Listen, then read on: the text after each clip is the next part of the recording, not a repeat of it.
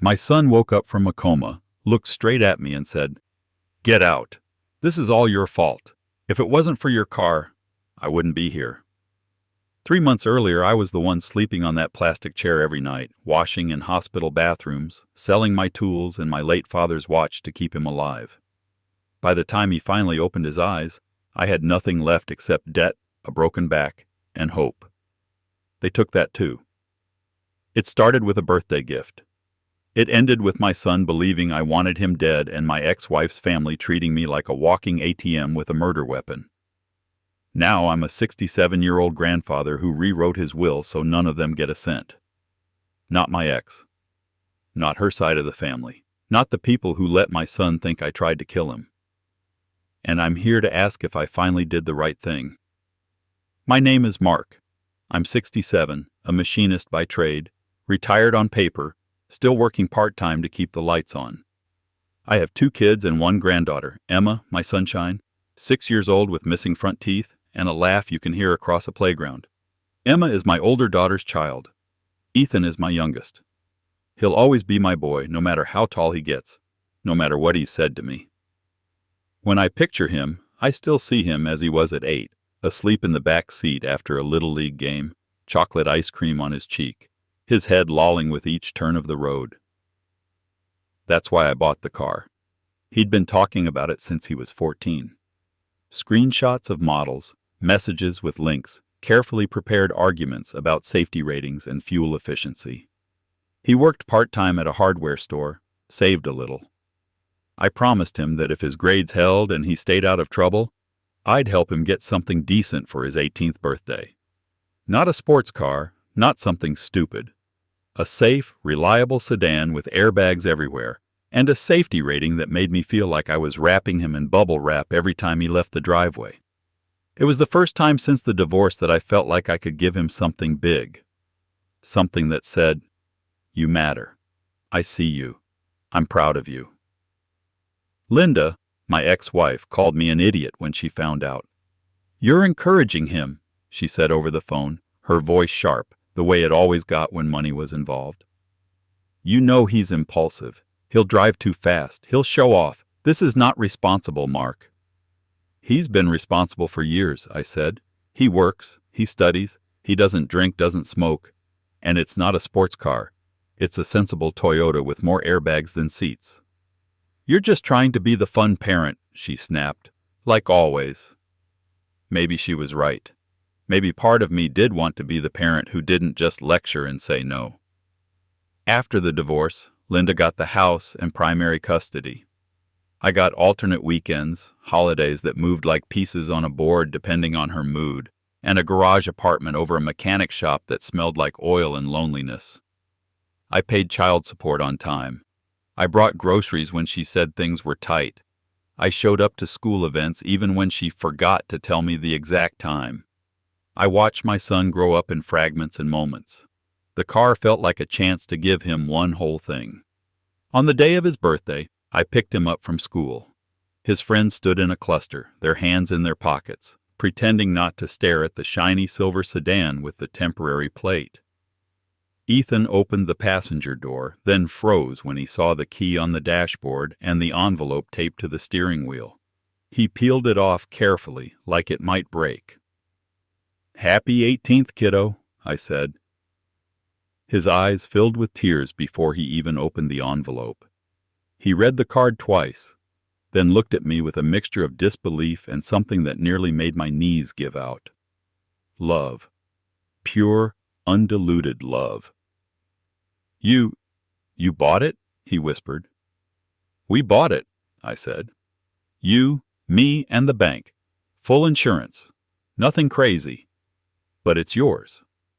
He hugged me so hard my ribs creaked. Later that night, he texted me, "Best birthday ever. I'll take care of it. Promise." I believed him. That was my mistake. The call came 2 months later on a rainy Tuesday night. I'd just finished reading Emma a bedtime story over video call. She waved at the screen with sticky hands, her hair in messy pigtails, and I promised I'd see her on Sunday, maybe bring her a puzzle. As soon as I hung up, my phone rang again. Linda's name flashed across the screen. We hadn't spoken in weeks. My stomach dropped. "Hello?" Screaming. That's all I remember at first. Linda's voice wasn't even words, just a raw, jagged sound. "Linda, I can't understand you. Slow down." "It's Ethan," she choked out. He was in an accident, Mark. The car, your car, he's—" The world narrowed to the sound of rain against my windows and the rush of blood in my ears. "Where?" I asked. "Which hospital?" She told me. I don't remember putting on my shoes, grabbing my keys, locking the door. I remember the drive as a series of kaleidoscope images. Red traffic lights, the wipers fighting the storm, my hands white-knuckled on the wheel. At the hospital, the fluorescent lights felt like interrogation lamps. A nurse led me down a corridor that smelled like antiseptic and fear. I saw Linda before I saw Ethan. She was against the wall, her makeup streaked, her hair a mess, her brother Alan's arm wrapped around her. The look she gave me when she saw me isn't something I can forget. Hatred. It was almost relief in her eyes, like she'd found a target for the horror she was living. "This is your fault," she whispered as I approached, her voice low but vicious. "If it weren't for that damn car—" "Where is he?" I cut in. "Is he alive?" Her brother stepped between us. "He's in surgery," Alan said. "You should have never given him that car. He's a kid." "He's 18, I said. My voice sounded old in my own ears. "He's a man, a careful driver. What happened?" "He fell asleep, that's what happened," Linda snapped. "Driving home from some party. His friends say he was fine, that he didn't drink. Like that matters, when his father pushes him to go study in another city, to get a job, to drive late at night. You and your big dreams." The words hit harder than any punch. I didn't argue. There was no room for blame in the face of what I saw through the ICU glass hours later. My son, my boy, my baby, swallowed by machines, tubes coming out of everywhere, his face swollen and bruised, his head shaved in patches. The doctor's words were precise, clinical. Severe traumatic brain injury, multiple fractures. We've stabilized him. Now we wait. "How long?" I asked. "A week? A month? Months." He sighed, eyes tired. "We'll know more in time." Time. I had no idea then how much of mine I was about to give. I started living at the hospital. I'm not exaggerating. I brought a change of clothes and a backpack, a razor, a toothbrush. I slept in the little family room, on the kind of chairs that seem designed to make sure you never truly rest. Every morning before visiting hours, I'd go to work at the machine shop for a few hours to keep my part-time job. My boss, a man I've known for 30 years, tried to tell me to stay home. I told him I needed the money, because that first week I saw the bills. The car insurance covered some of it, not all. The policy had a cap on certain procedures. The ambulance, the neurosurgeon, some of the ICU time, covered. The extended stay, the experimental therapies Linda demanded after Googling for 2 nights straight, not covered. "We'll find a way," I told the billing woman, a kind-eyed person who looked like she'd seen too many families crumble in that hallway. "There are payment plans," she said gently. I sold my father's old tools, the ones I'd kept more for his sake than mine.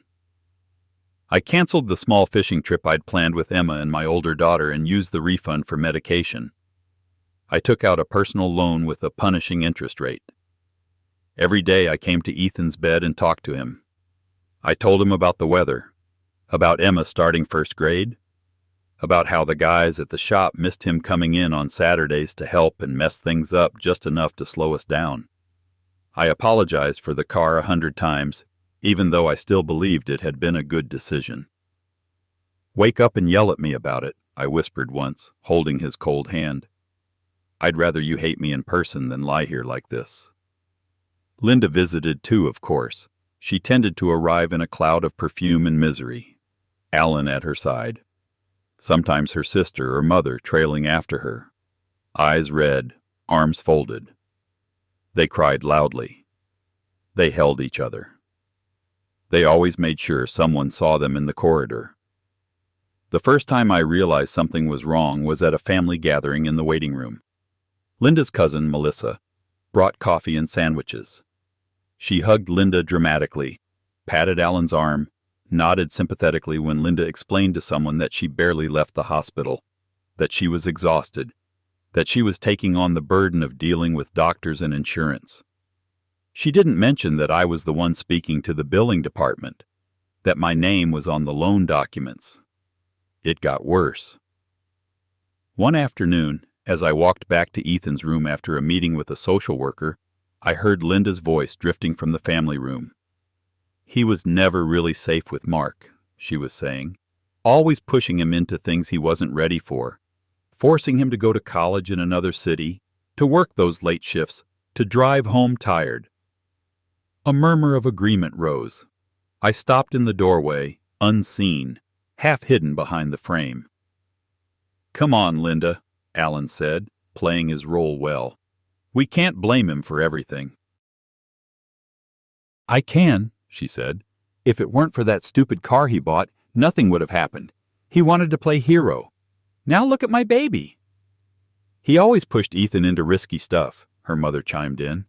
"Remember the camping trips, the skiing? He never knew when to stop." My hands tightened around the folder I was holding. Risky stuff. Camping trips where I triple-checked the tents and taught Ethan how to build a fire safely. Skiing lessons where I spent more time picking him up from the snow and telling him he was doing great than actually skiing myself. They turned my love into recklessness in their story. When I stepped into the room, the conversation died mid-sentence. Linda's eyes went hard and flat.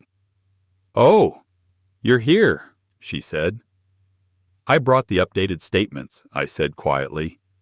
"They're adjusting some of the charges." No one asked to see them. Over the next few weeks, I noticed the shift. Relatives stopped asking how I was holding up. They asked Linda instead. When my older daughter came by with Emma, I saw the confusion in my granddaughter's eyes as people whispered and glanced at me. At first I thought it was my imagination. Grief makes you paranoid. Exhaustion twists things. But then the invitations stopped. Aunts who used to call me weekly dropped off.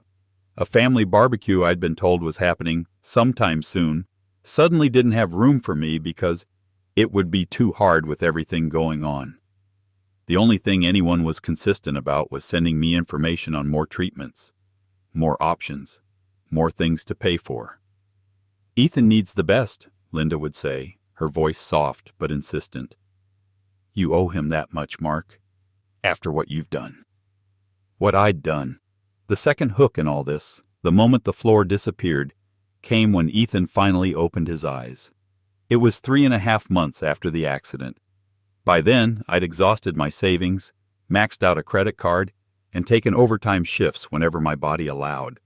My back hurt constantly, my blood pressure was through the roof, and my house looked like a storage locker with a bed in the middle. But when the nurse called me at 6 a.m. and said, "He's responding," I felt none of that. I felt 20 years younger and 100 years older at the same time.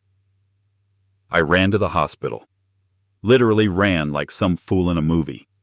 When I got there, Linda and her entire entourage were already in the room. Her sister, her mother, Alan. Even that cousin who always seemed to know everyone's business before they did. They were clustered around the bed, blocking my view. "Can he talk?" I asked from the doorway, breathless. Linda turned slowly. "It's better if we keep things calm," she said. "The doctor said no stress. I just want to see him." She hesitated, then stepped aside a little. Ethan's eyes were open, unfocused at first. "Hey, buddy," I said, approaching the bed carefully, my hands shaking. "Hey, it's Dad." His gaze slid over my face, slow, like someone flipping through channels. Then it sharpened. He recognized me. For a second, something flickered. Confusion, fear, something primal. Then it hardened. I didn't understand it then. I would. He didn't speak much that first day, just a word here and there. Water. Hurts. Mom. The doctors called it a good sign. They smiled and used phrases like cautiously optimistic. I went home that night feeling something I hadn't felt in months. Hope. The next week, Ethan's memory came back in patches. He remembered the party vaguely. He remembered getting into the car. He remembered being tired. Then nothing until the hospital. He didn't remember weeks of me reading to him, talking to him, begging him to come back. What he did remember, conveniently, were the stories people had whispered over his bed as he drifted in and out. "Your dad bought you that car when you weren't ready to drive alone," I heard Linda murmur one afternoon when she thought I'd left. "He pushed and pushed until you agreed to go to college in another city. He even tried to cheap out on the insurance, remember? I had to fix it.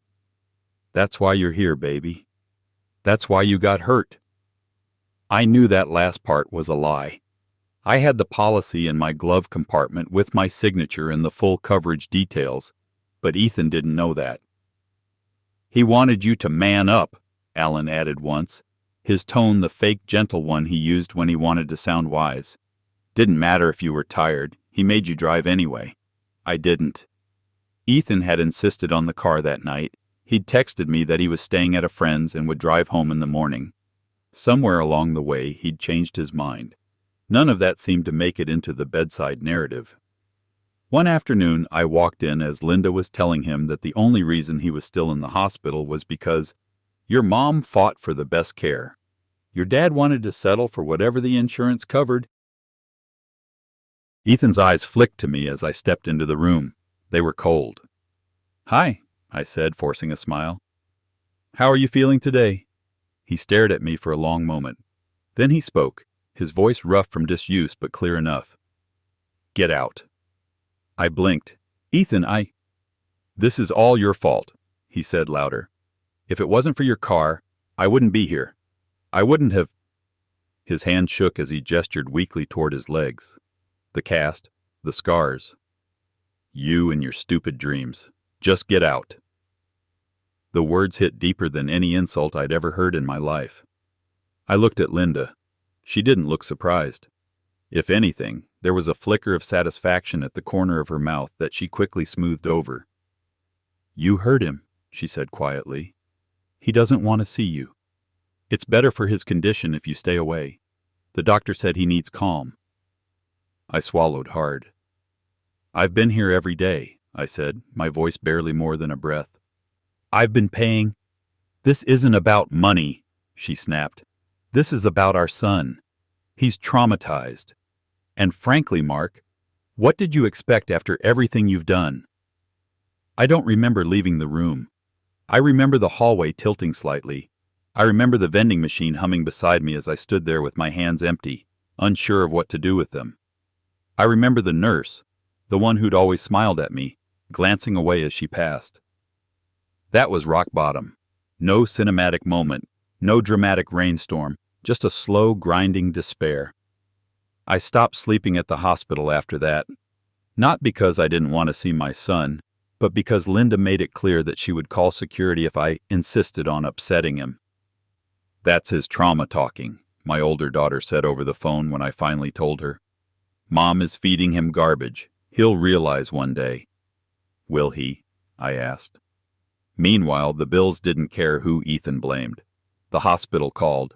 Insurance called. Collection agencies started leaving polite messages at first, then less polite ones. Linda, however, had plenty of energy to keep asking for money. "He needs rehab," she told me one afternoon, her tone brisk. "Specialized, intensive. They say it can help him walk better, maybe even drive again one day, but it's expensive. They need deposits." I thought insurance is slow and they're already fighting some of the charges, she said. "You know how these companies are. Ethan doesn't have time to wait. You owe him, Mark. Let's not forget this all started because of your decision." "I'll see what I can do," I said, because even after everything, my first instinct was still to say yes when it came to my children. Then the letters started arriving. Most were medical. One wasn't. It was from the insurance company, a copy of a change to the auto policy made months before the accident. The policyholder's name had been switched from mine to Linda's for administrative convenience, the letter said. The coverage had been adjusted too, small tweaks that favored some things over others. I stared at the signature at the bottom. It wasn't mine. My name was printed on the document, but the signature was a sloppy imitation. When I called, the insurance agent was apologetic but clear. "We spoke to your wife, ex-wife at the time," he said. "She said you were fine with the changes. The form came back signed." "I never signed anything," I said. His uncomfortable silence told me everything. On top of that, some of the hospital forms listed me as responsible party, even when Linda was the one signing them. Someone had checked the box that said father, and that seemed to be enough for the billing department. When I confronted Linda, she rolled her eyes. "Oh, for God's sake, Mark," she said. "You're making drama out of nothing. They needed a signature. You weren't there. I signed. What does it matter?"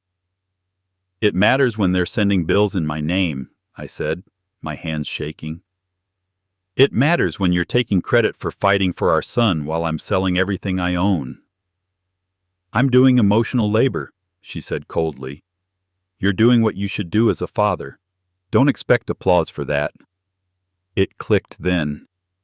They hadn't just turned me into a scapegoat in the family narrative. They were using that guilt as leverage to keep me paying for everything they could, while publicly presenting themselves as the saints who stood by Ethan when his reckless father nearly killed him. I'd stopped being a father in their eyes. I'd become a wallet with a guilt problem, and I was emptying fast. The turning point came on a Tuesday morning when a collection agency called me at 7:15 a.m. and told me, in a voice that was almost cheerful, that they'd be happy to work out a reasonable payment plan for the $32,000 still outstanding on Ethan's hospital stay. I listened. I thanked them. I hung up. Then I went to my old metal filing cabinet, the one that had followed me through my marriage, my divorce, and every move in between. I pulled out everything with Ethan's name on it. The car purchase contract showing full insurance at the time of sale. The updated policy I'd taken out when he'd gotten his license, with the boxes checked for maximum coverage. Receipts for the initial hospital payments I'd made. The loan documents with my name and interest rate circled in red. Printouts of text messages from Ethan from before the accident. "Please, Dad, I'll be careful. I'll pay you back part each month once I find a better job. You know I need the car if I'm going to study in Lincoln." I printed the messages where he bragged about driving home late from work, about staying at the library until midnight, about being wiped out but still pushing. I printed the ones where I'd written, "If you're too tired, sleep at your friend's. Don't drive." Then, for the first time in my life, I made an appointment with a lawyer for myself, not for a business or some paperwork. His office was small, in an aging building downtown. He looked about 50, with tired eyes and an honest handshake. I spread my life on his desk. He read quietly for a long time.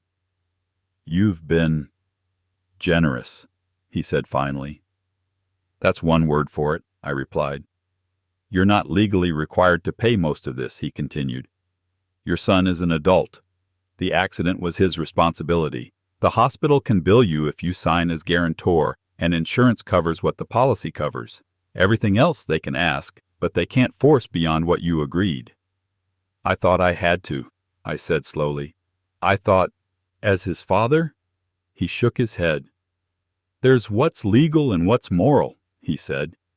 "You've gone far beyond legal, and frankly, from what you're telling me, they're taking advantage of that." "What can I do?" I asked. He leaned back. "You can stop," he said simply. "You can notify the hospital and the insurance company that you will honor the contracts you actually signed, and nothing beyond that. You can refuse to be party to any new obligations without your explicit consent." "And the existing debt?" I asked. "We can negotiate," he said. Set up a manageable payment plan for what's truly yours. If your ex-wife signed anything in your name without authorization, that's fraud. We can contest that." He looked at me for a long moment. "You know this won't fix your relationship with your son," he added gently. Tears burned my eyes. "I don't think anything can fix that right now," I said, "but I can stop bleeding out for people who treat me like the villain in a story they wrote."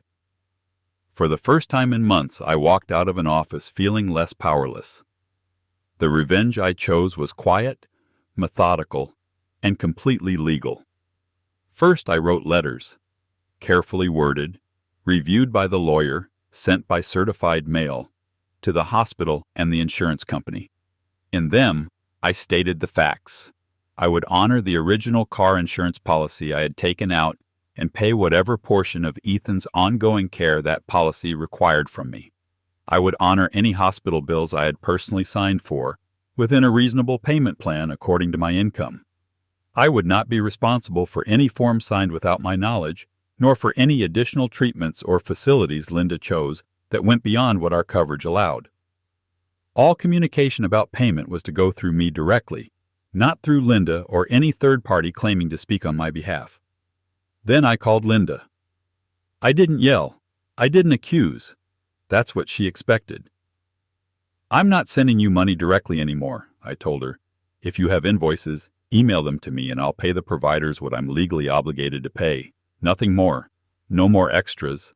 No more cash transfers for expenses." She was silent for a moment. Then she exploded. "You selfish bastard," she hissed. "Our son is injured and you're hiding behind contracts?" "I've already paid more than I can afford," I said quietly. "I'm still paying, but I'm done letting my guilt write blank checks for you." "You did this to him," she spat. "You and your car." "He asked for that car," I said. "He begged for it. And I insured it properly. He made a choice that night. We all live with consequences." She hung up on me. I blocked her number and her family's numbers on my phone and social media. The only person I kept open contact with on that side was Ethan, and he wasn't using his phone much anyway. Then I did something that Linda would call manipulative, but I call finally telling the truth. I sent an email to our extended family and mutual friends. Not a rant, not a sob story, just facts.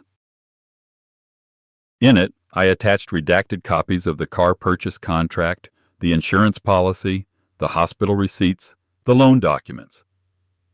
I explained, in calm language, that I had spent months living at the hospital, working part-time, and taking on debt to support Ethan's care.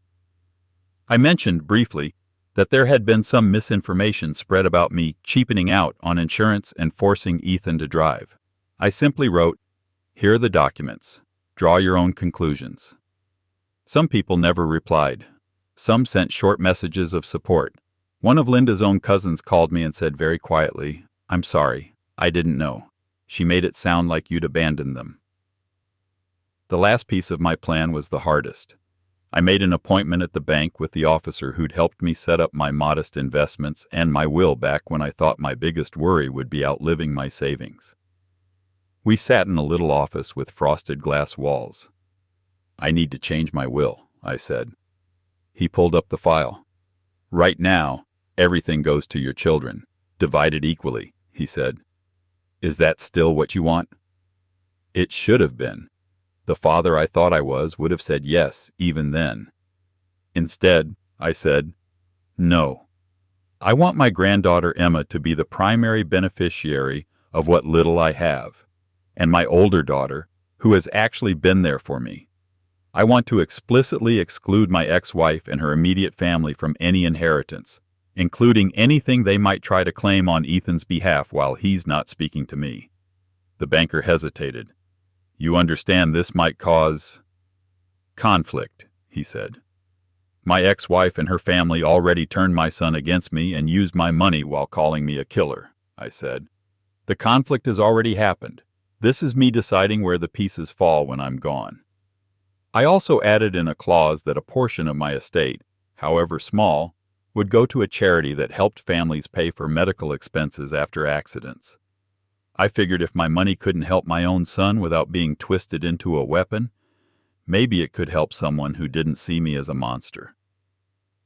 The climax came sooner than I expected. 4 months after Ethan woke up, I got a carefully worded email from a rehabilitation center. Linda had apparently begun the admission process for Ethan there, a top-tier facility that specialized in neurological and physical rehabilitation, the kind that had inspiring testimonials and horrifying price tags. The email listed the expected costs, the timeline, and a note in the margin. Patient's mother indicated father would be responsible for all out-of-pocket expenses. They wanted confirmation. I booked a meeting. They scheduled a family conference with the head doctor, a social worker, and all involved parties. Linda, of course, assumed it would go like every other meeting. She would cry, explain how I had put our son in danger, and everyone would look at me until I agreed to pay for whatever was needed. I arrived 10 minutes early with a thick folder under my arm. When I entered the small conference room, Linda was already there, tissues in hand. Alan sat beside her, arms crossed, jaw set. Her mother was there too, lips pursed, ready for battle. Ethan sat in a wheelchair near the window. His hair was thinner now. Scars traced paths along his skull. His right leg was in a brace. He looked older and younger at the same time, like someone had taken my boy and run him through a cruel machine. He didn't look at me when I entered. "Mark," the doctor said, standing to shake my hand. "Thank you for coming. We're here to discuss Ethan's ongoing rehabilitation and how we can best support him as a family." "That's why I'm here too," I said. We sat. The doctor explained the program, hours of physical therapy every day, cognitive exercises, occupational therapy, counseling. It could help Ethan regain more movement, more independence. Then he mentioned the cost. It was a number that made even Alan's eyebrows twitch. "Insurance will cover a portion," the social worker added, "but there will be significant out-of-pocket costs." Linda took that as her cue. "Ethan's father will cover it," she said smoothly. "After all, this whole situation started because of his decisions. He's been paying for everything so far. He knows he owes his son this chance." The doctor turned to me, expectant. The old me would have stammered something about doing my best, then gone home and found something else to sell. The me who had stared at collection notices and forged signatures and heard my son tell me to get out took a slow breath instead. "I'm going to be very clear," I said, laying the folder on the table and opening it. "For all of us, and for the record." I slid copies of the car purchase contract and insurance policy toward the doctor and social worker. "This is the car I bought Ethan," I said. "Not a sports car. A safe sedan with full insurance. These are the dates, the signatures, the coverage details." I slid another set of documents. Loan agreements, payment receipts. "These are the payments I've already made for his care," I continued. "I have spent every cent of my savings, taken on debt, and lived at the hospital for months. I've done this not because the law forced me to, but because he is my son and I love him." I kept my voice calm. "However," I said, "my ex-wife has been telling people I cheaped out on insurance, that I pushed him to drive when he wasn't ready, that I have been neglecting my responsibilities. Those statements are lies, and here is the proof." I slid a copy of the insurance change form with the forged signature into the center of the table. "I did not authorize this change," I said. "I did not sign this. Someone signed my name to adjust the policy, and it reduced coverage in certain areas. I am currently investigating that with my lawyer. I am also not responsible for any facilities or treatments my ex-wife chose without my explicit consent." The room was very quiet. The doctor looked uncomfortable. The social worker's pen hovered above her notepad. Linda went pale. "You're making a scene," she hissed. "In front of Ethan. How dare you?" "I'm making things clear," I said. "Here's what I will do. I will continue to pay every cent I am legally obligated to pay under the original insurance policy and any documents I truly signed. I will gladly work with this facility on a reasonable plan for my share, but I will not be guilted into paying for more. I will not have my love turned into a weapon against me. I turned to Ethan finally. His eyes were on the paperwork, not me. Ethan, I said softly, I gave you that car because you asked for it and because I believed you were responsible enough to handle it. What happened that night was a tragedy. You made a mistake. You fell asleep. That doesn't mean I wanted this for you. It doesn't mean I tried to hurt you.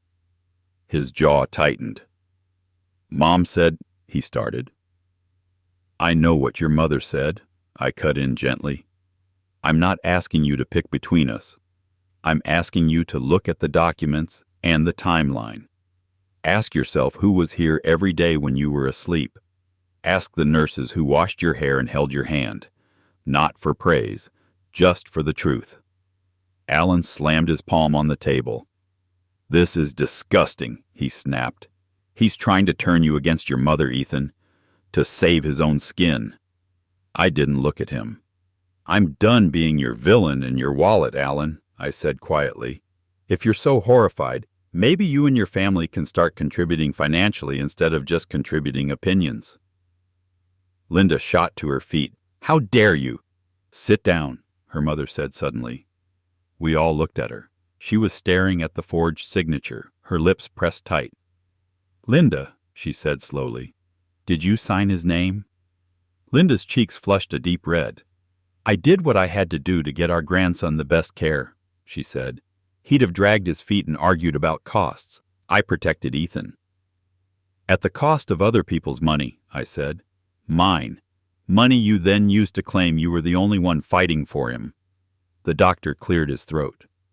Regardless of family disagreements, he said carefully, we need to know how these expenses will be handled. Mr. Turner, Mark, are you saying you will pay your portion as defined by the insurance and any agreements you have truly made, and no more? Yes, I said. Linda opened her mouth.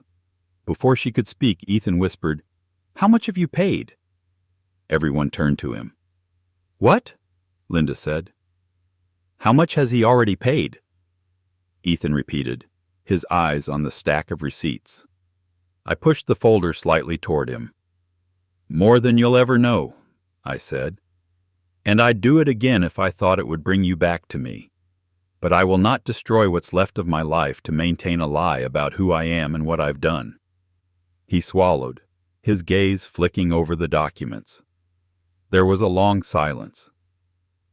I think we should take a short break, the social worker said gently. We filed out into the hallway. I leaned against the wall, suddenly exhausted. Linda hissed in my ear as she passed. You'll regret this, she said. You think changing your will and waving around paperwork makes you righteous? You're abandoning your son. I'm refusing to be abused, I said. There's a difference. She scoffed and stormed down the corridor, Alan and her mother trailing after her, their whispered accusations bouncing off the sterile walls. The aftermath wasn't pretty. Some of Linda's relatives turned cold as ice. They accused me of airing dirty laundry and embarrassing the family. Others reached out quietly over the next few weeks. A message here, a phone call there. I didn't know, one of her cousins said again. She made it sound like you'd disappeared, but the nurses say you were here more than anyone. One of Linda's own sisters apologized in a low voice for believing the worst. I should have questioned it, she said. You were always the one who picked up Ethan when she forgot. Ethan didn't say much at all. He went to rehab. I kept my word and paid what I was legally bound to pay. It wasn't easy. It meant cutting my own life to the bone. No extras, no trips, no gifts beyond what my granddaughter made me in school. Linda, I heard through the grapevine, had to dip into her own savings. Alan, mysteriously less vocal about my supposed obligations when actual bills came due, started working more overtime. The golden image she'd tried to build of herself as the tireless, self-sacrificing mother got a few cracks when people saw that I wasn't the heartless monster she'd painted, and that she was, in fact, capable of deceit when it suited her. A few months later, Ethan asked to see me. I went to his rehab center with my heart pounding so hard I had to sit in the car for a minute before going in.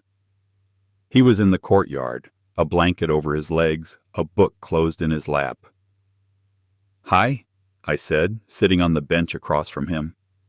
He didn't look at me at first. "Mom says you've abandoned us," he said eventually, "that you're hiding behind lawyers." "Your mom is angry that I stopped letting her write checks with my name on them," I replied. "I'm still paying what I owe. I always will. I just stopped paying for the version of me she invented." He was quiet. "I saw the receipts," he said finally, "at the meeting and the texts. I don't remember sending some of them, but the dates matched the accident. I didn't realize how long you were there. When I woke up, it felt like Mom had been there the whole time, telling me what happened. I just believed her." "She needed a villain," I said gently. "I was convenient."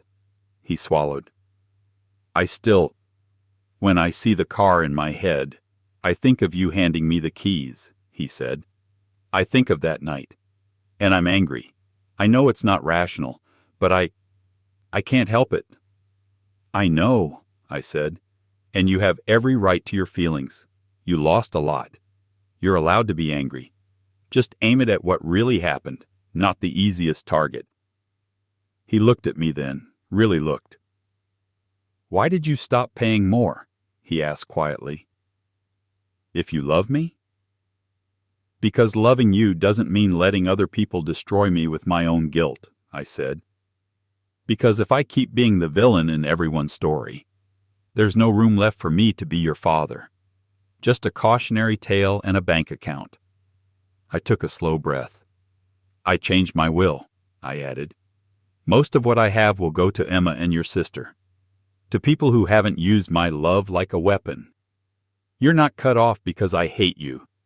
You're cut off because right now you don't want anything from me except money and someone to blame. I won't feed that anymore." He flinched. "That's harsh," he muttered. "It's honest," I said. "I will always be here if you want to talk like an adult, if you want the truth about what happened instead of the version you were fed while you were half awake. But I will not show up as a punching bag with a checkbook."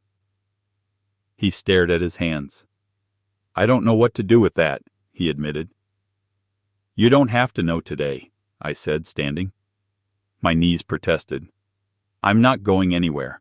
I'll be at my little house, working my little job, seeing Emma on Sundays, paying my manageable share of your bills, and living a life that isn't built entirely around other people's cruelty." I hesitated. "I love you," I said. "That hasn't changed. It never will. But I'm done letting that love be used as proof that I should suffer." I walked away before he could answer. So that's where I am now. I live modestly. No vacations, no luxury, but no constant panic every time the phone rings either. The loan is getting smaller instead of bigger. The collection calls stopped after my lawyer sent a few letters. The hospital, once they understood the actual situation, worked out something humane. Linda's family doesn't invite me to anything, which is a blessing in disguise. My older daughter comes over with Emma almost every weekend. We cook simple meals, we play board games, we sit on the porch and watch Emma draw chalk worlds on the sidewalk. Sometimes at night, when the house is quiet, I think about Ethan as a little boy in the back seat of my car, trusting me completely as I drove him home in the dark. I think about the keys in my hand on his 18th birthday, the way his face lit up. I think about the hospital, the long nights, the forged signature, the hateful words. And I think about the man I am now. Tired, yes, maybe harder around the edges, but no longer willing to be recast as a monster in someone else's play about my own life. My revenge isn't dramatic. I didn't burn anything down or sue anyone into oblivion. I simply cut off the supply they took for granted, my endless willingness to pay for my own demonization. I redirected my will, my money, and my energy toward people who actually treat me like a human being. Toward a granddaughter who squeals, "Grandpa," and runs into my arms like I hung the moon. Maybe one day Ethan will show up at my door without Linda, without Alan, without a script in his head about how everything is my fault. Maybe he'll sit at my kitchen table, look me in the eye and say, "Tell me your side." If that day comes, I'll be here.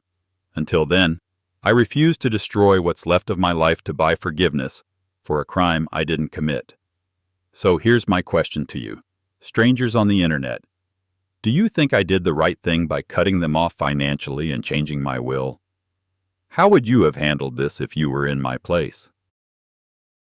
My grandpa's words really happened. I believe him. If you want more true tales stories like this, hit subscribe.